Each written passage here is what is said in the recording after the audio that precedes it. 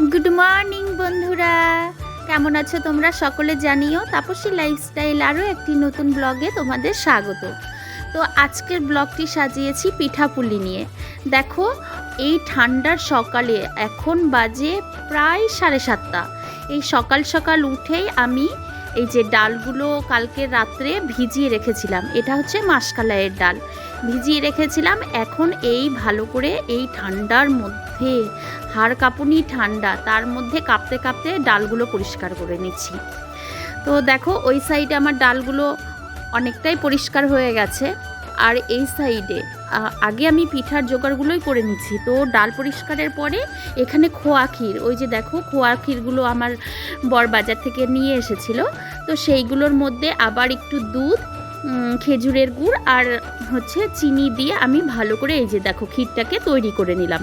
এখন ব্যাটারের মতো তৈরি করে নিলাম। একটু খোয়া ক্ষীরটা তো একটু শক্ত শক্ত টাইপের থাকে, তো সেই জন্য আর ওটার মধ্যে কোনো মিষ্টি দেওয়া থাকে না, শুধু পিওর দুধের ক্ষীরটাই তৈরি থাকে। তো ওইটা তৈরি করে নিলাম। নেওয়ার পরে এখানে রান্নাবান্না করেছিলাম। তো রান্নাবান্নাগুলো আজকে তোমাদের সঙ্গে কিছুই শেয়ার করব না, শুধু আমি কি কি পিঠা তৈরি করলাম দুদিন ধরে সেইগুলোই তোমাদের সঙ্গে শেয়ার করব।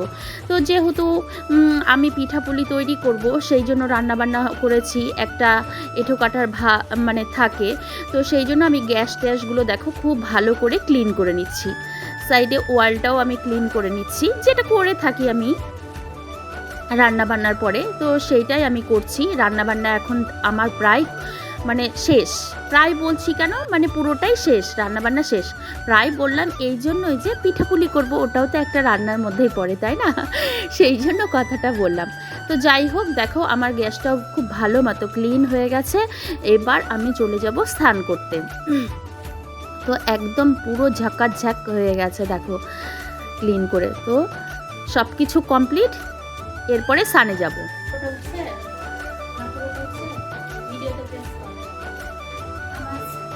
স্নান কমপ্লিট, দেখলে তো সব গ্যাসটা ক্লিন করে নিয়ে স্নানে গিয়েছিলাম। স্নান করে কমপ্লিট, তারপরে ঠাকুর পুজো দেওয়াও হয়ে গেছে।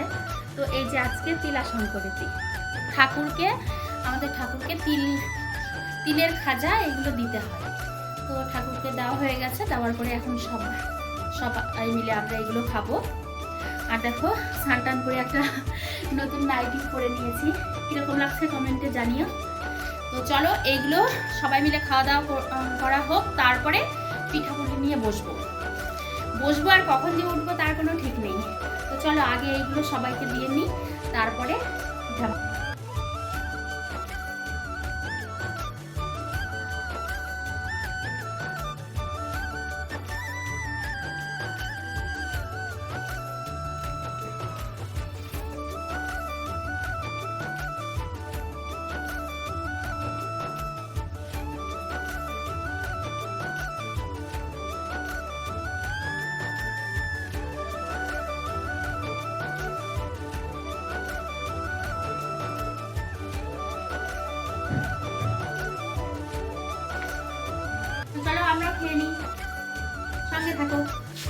তো দেখলেই তো তিলের খাজাগুলো আমরা মানে বড় ছেলেকে দিলাম, বড় ছেলে খেলো, তারপরে আমরাও একটু খেয়ে নিলাম। খেয়ে মানে প্রথমেই মিষ্টি মুখ করে নিলাম। তিলের খাজাটা তো মিষ্টি হয়, তাই না বলো? মিষ্টি মুখ করে নিয়ে এইবার শুরু করে দিলাম মিষ্টি মিষ্টি পিঠা তৈরি করতে। এই যে দেখো, প্রথমেই যে সকাল সকাল পরিষ্কার করে রেখেছিলাম ওইগুলো আমি পেস্ট করে নিয়েছি মিক্সিতে। আর ওই সাইডে ক্ষীরগুলো ঠান্ডা হয়ে গেছে, এখন অনেকটা টাইট হয়ে গেছে। আর এই সাইডে আরও একটা কড়াইয়ে আমি তেল বসিয়েছি, একটা কড়াইয়ে হচ্ছে শিরা বসিয়েছি, ওটা খেজুরের গুড় দিয়ে শিরাটা ফুটছে। আমি রসবড়া পিঠা তৈরি করব, সেই পিঠারই এখন জোগাড় হচ্ছে। তো দেখো, ওই যে ব্যাটারটা আমি তৈরি করে নিয়েছিলাম মাসকলাইয়ের হচ্ছে সেটা ব্যাটারটা তৈরি করে নিয়েছি। এটাকে এখন খুব ভালো মতো ফাটিয়ে নিচ্ছি, মানে একটু অল্প অল্প করে জল দিচ্ছি আর হাত দিয়ে ঘুরিয়েও এটাকে ফেটিয়ে নিচ্ছি।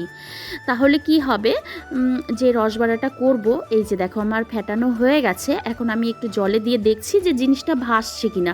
যদি ভাসে তাহলে আমার জিনিসটা ফেটানো হয়ে গেছে, তো বোঝা যাবে, সেই জন্য ওটা জলে দিয়ে দেখে নিলাম। তো দেখো আমার ফেটানো হয়ে গেছে। এখন এই সাইডে ওই যে তেল বসিয়ে দিয়েছিলাম, এখন গ্যাসটাকে একটু চেঞ্জ করে নিয়েছি। এই ছোট দিকটায় আমি শিরাটা ফুটতে দিয়েছি আর ওই সাইডে তেলটা নিয়ে গেছি, যেহেতু একসঙ্গে অনেকগুলো তেল দিয়েছি আর একসঙ্গে অনেকগুলো ভাজা যাবে, সেই জন্য আগুনটাও একটু বেশি পরিমাণে লাগবে, সেই জন্য বড় গ্যাসটার দিকে করে নিলাম। এরপরে দেখো ডুমো ডুমো করে এখন রসবড়াগুলো ভেজে নিচ্ছি। কি ফুলছে না বলো, দেওয়ার সঙ্গে সঙ্গে, তেলে দেওয়ার সঙ্গে সঙ্গে একদম ফুলে দুমদুম হয়ে যাচ্ছে। তো এক এক করে এইগুলো আমি ভেজে নিব। আর এই পিঠার রেসিপিটা অনেক দিন আগে তোমাদের কাছে শেয়ার করেছিলাম, আশা রাখছি তোমাদের মনে আছে। তো দেখো পুরোটাই একটু একটু করে তোমাদের সঙ্গে শেয়ার করছি। আর যত সব পিঠা আছে তার মধ্যে এই পিঠাটা আমার ফেভারিট পিঠা, আমার খুব ভালো লাগে। তো দেখো আমার কমপ্লিটও হয়ে গেছে। এরপরে সন্ধেবেলা আমার ছোট ছেলেকে পড়াতে এসছে দিদি ভাই। তো যেহেতু পিঠাপুলির দিন পড়াতে এসছে, তো দি ভাইকে পিঠাপুলি দিব না তা কখনো হয়, তখন তো শুধু ওই রসবড়াটাই কমপ্লিট হয়েছিল। আর রসবড়াটা ভাজতে না অনেক সময় লাগে। আর এই পিঠার সব থেকে বড় মানে বেশি ঝামেলা, ওই পিঠাটাকে মাসকালের ডালটাকে আগের রাতে ভিজিয়ে রাখতে হয়, তারপরে সকালে উঠে ওইগুলো খুব ভালো করে পরিষ্কার করতে হয়, করে ওইটাকে পেস্ট করতে হয়, ওইটার ভেতরে পুর দেওয়ার জন্য ক্ষীর তৈরি করতে হয়, তারপরে তেলে ভাজতে হয়, তারপরে ওটাকে শিরা করতে হয়, করে নিয়ে ওই শিরার মধ্যে চুবিয়ে দিতে হয়। তাহলে ভাবো যে মনে কতটা ঝামেলা, তাই না বলো? তো যাই হোক এক এক করে সব আমার হয়ে গিয়েছিল আর রসবড়াটাও কমপ্লিট হয়ে গেছে। এরপরে ওই কিছুটা ব্যাটার আমি রেখে দিয়েছিলাম, এই যে ওই ব্যাটারটাকে এখন তার মধ্যে একটু চালের গুঁড়ি দিয়ে একটু পাতলা করে, এই পিঠাটাও খুব ভালো লাগে। এটাকে বলে, আমরা বলি হচ্ছে সর চাল্লি পিঠা। তোমরা কে কি বলো কমেন্টে অবশ্যই জানিও। তো ওই পিঠাটা আমি রসবড়া করার পরে এই সর চাল্লি পিঠাটা আমি করে নিচ্ছি এক এক করে। আর এই পিঠাটাও খুবই সুন্দর হয়েছিল। সত্যি কথা বলতে কি বন্ধুরা, তোমরা দেখতেই থাকবে, আমি যতগুলো পিঠা করেছিলাম না, মানে সবগুলো পিঠা এত ভালো হয়েছিল না, খুব ভালো হয়েছিল। আর আমার বেশ ভালো লাগছিল। যে কোনো জিনিস দেখবে করতে গেলে ভালো হলে না খুব ভালো লাগে। মানে যে কটাই আমি খাই বা না খাই, জিনিসগুলো যদি ভালো একদম প্রপারলি করতে পারি না, তাহলে প্রচণ্ডই ভালো লাগে। তো সেই রকমই আমার পিঠাগুলোও খুব সুন্দর হচ্ছিল। আর কেন জানি না আমার হাতে পিঠাপুলি বেশ একটু ভালোই হয়, তাতে আমার খুব ভালোই লাগে, তৈরি করতে বেশ ভালো লাগে। তো যাই হোক এই সাইডে দেখো সরচাল্লি পিঠাগুলো এক এক করে আমি অনেকগুলোই ভেজে নিয়েছি, আর কিছুটা আছে।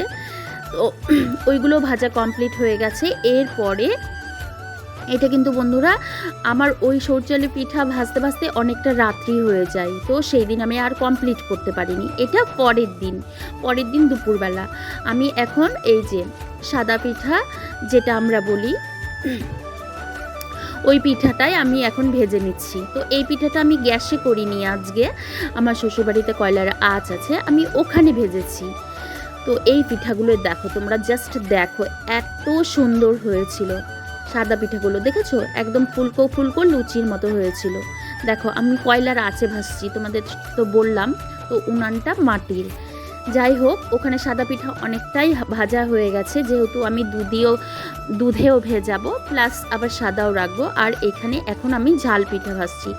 এই পিঠা ভাজছিলাম আর আমার বাবুর কথা খুব মনে করছিলাম, বাবুর কথা ভেবেই কিন্তু এই পিঠাটা ভাজছিলাম। কিন্তু দুঃখের বিষয় আমি বাবুকে খাওয়াতে পারিনি। যাই হোক সেই কথাটা আর শেয়ার করলাম না তোমাদের সঙ্গে। এই দেখো ঝাল পিঠাটা কত সুন্দর হয়েছে না, একদম প্রপারলি ফুলেছে, যেরকম লুচি হয়, তাই না বলো?